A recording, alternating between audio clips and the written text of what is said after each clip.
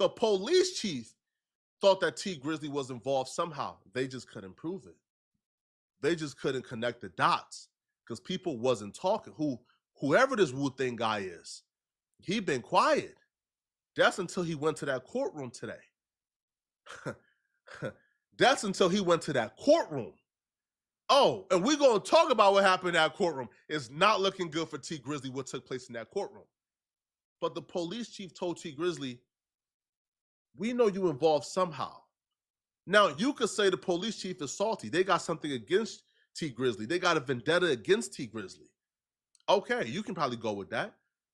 But when the police chief is telling T Grizzly that to his face, and he's telling Jobina Brown's family to their face, hey, we know something is up.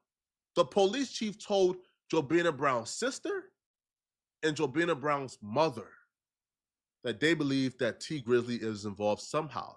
Now, T Grizzly became a suspect almost initially because the police chief discovered, so T Grizzly's uncle was married to Jobina Brown.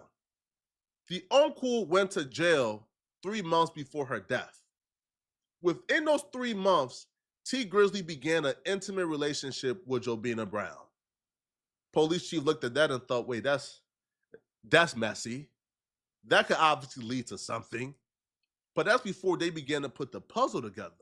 T Grizzly and Jobina never fully admitted that they were intimate, but I was told that family members began to figure it out fairly quickly and it was starting to get around. Could T Grizzly maybe have gone the extreme to cover it up? Maybe. Now, the rumors that Jobina Brown was pregnant at the time of her death is false. But where those rumors came from makes things so much worse for T Grizzly. The rumors that Jobina Brown was pregnant came from court, and it wasn't a prosecution who put that theory out there. It was the defense. It was Wu Thing's defense attorney. You see, Wu Thing is the murder suspect in this trial.